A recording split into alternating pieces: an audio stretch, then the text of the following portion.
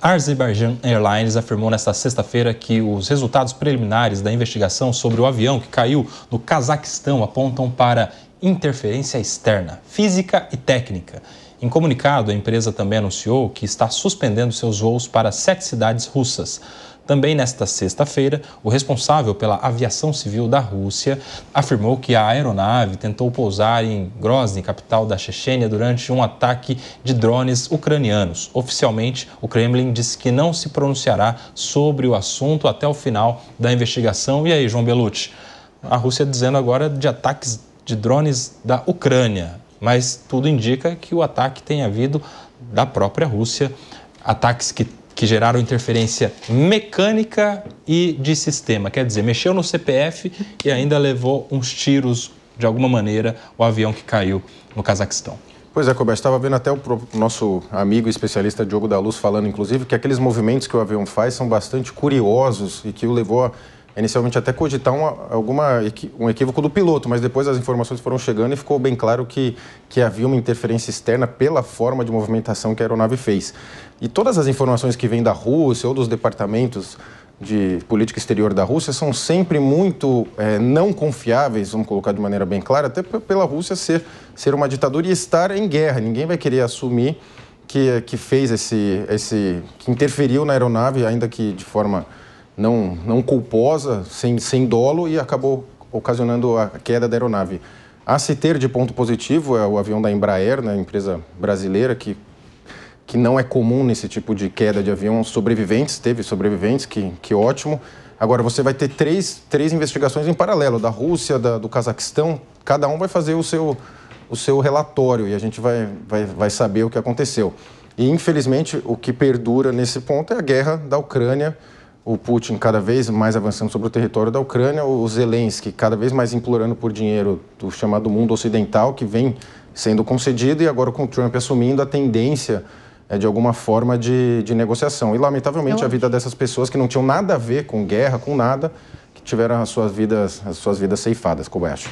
Ô, Priscila, e aí um conflito que seria da Rússia com a Ucrânia atinge diversos inúmeros de civis de ambos os lados, principalmente na Ucrânia, né? Tivemos ataques a escolas, enfim, ataques recentes agora, no Natal, na véspera do Natal, um ataque a uma matriz energética que alimentava lá a energia de milhares de pessoas, e até o avião, que não tem nada a ver com esse conflito, foi interceptado de alguma maneira pela Rússia, ao que tudo indica.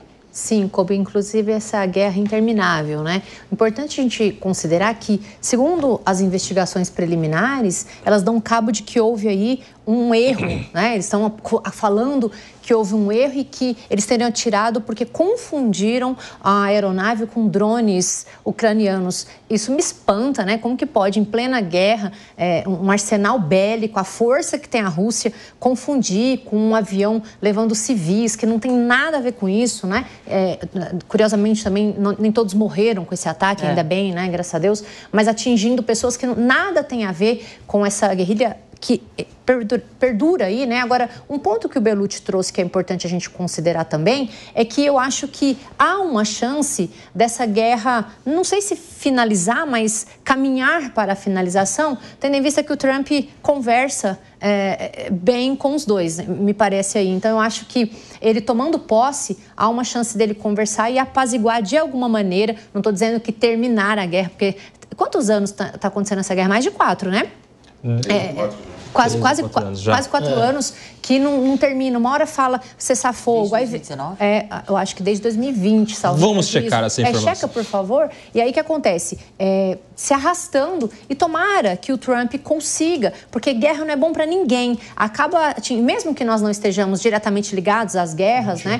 Acaba atingindo a gente com o petróleo, com a alta de tudo, e há esse descontrole. Mas o que me chama mais atenção mesmo, como eu acabei de falar, é ter acertado um avião confundindo com um drone. Isso traz para mim um espanto, né? Atingindo aí pessoas que nada tinham a ver. E aí depois fala, sinto muito, nós confundimos, sendo que acho que 38 ou 39 pessoas perderam suas vidas, né? De forma inocente, aí sem ter nada a ver com essa guerra que perdura aí no tempo, Koba? As tropas russas invadiram o território ucraniano em 24 de fevereiro de 2022. 22. Claro que o conflito é muito mais antigo, né?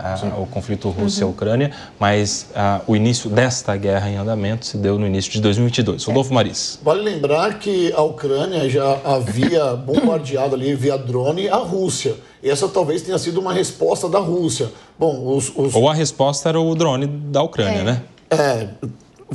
São preliminares aqui, a gente não pode afirmar nada, até porque a Rússia também não se manifestou, tá? Tudo indica que o território era russo, que houve uma manifestação da Rússia. Mas, como diz aqui o primeiro-ministro da Rússia, ele não vai se manifestar, então cabe a gente aqui também apurar todos os fatos e depois ver a perícia desse avião e saber o que de fato aconteceu.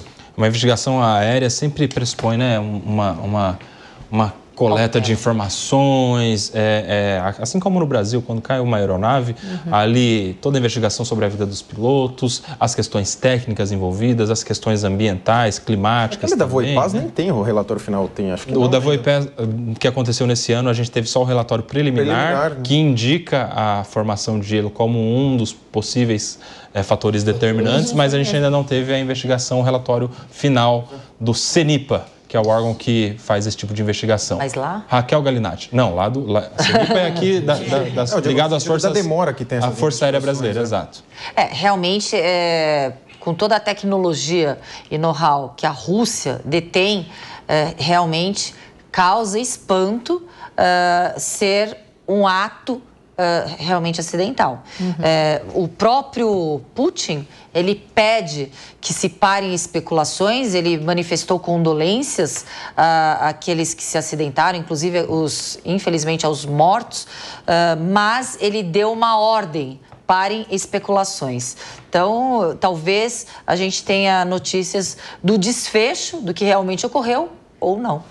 Muito bem, a gente vai acompanhar. E em relação à presidência dos Estados Unidos na solução desse conflito, João Belucci, como é que você vê? Você acha que o Trump tem condições de intermediar, conciliar ali, de alguma maneira, a Rússia e a Ucrânia? Porque um é ocidental, então tem essa ligação, né? A ideia da Ucrânia entrar no hall de países filiados à OTAN. Por outro lado, uma certa ligação do Putin com a presidência, a figura do Donald Trump. E aí? Você veja, Jacobete, que é mais uma vez os Estados Unidos tendo que salvar a Europa, porque o conflito acontece na Europa, no quintal dos principais países da Europa, que pouco tem feito a respeito. O principal financiamento, ao que consta, vem dos Estados Unidos, via Joe Biden, que o Trump deve retirar esse recurso e propor uma negociação. Em qualquer negociação, a Ucrânia, infelizmente, já perdeu grande parte do seu território, luta pela sua sobrevivência. No cenário de guerra foi prorrogado o mandato do Zelensky, que agora não responde a ninguém, ele é o líder da nação. E todo o dinheiro que chega em guerra, ele é um dinheiro sem fiscalização. Então, ele alimenta muitos players que se alimentam da indústria da guerra, que é uma das principais do mundo, do armamento, de matança de pessoas. Infelizmente, a realidade que temos é essa. A indústria da guerra move o mundo desde que o mundo é mundo. Então, tem muita gente ganhando dinheiro com essa guerra. Talvez para o Putin ou para o Zelensky, o interessante é prolongar a guerra, porque vai jorrando mais dinheiro. Certamente já fizeram gerações das suas famílias com o dinheiro que chega, porque não tem agora... Chega o dinheiro, o Tribunal de Contas da Ucrânia vai fiscalizar. Não existe isso. Vai lá para armamento imediatamente. Existem grandes traficantes de armas, mundo afora também, que atuam independente do lado da guerra, independente do país.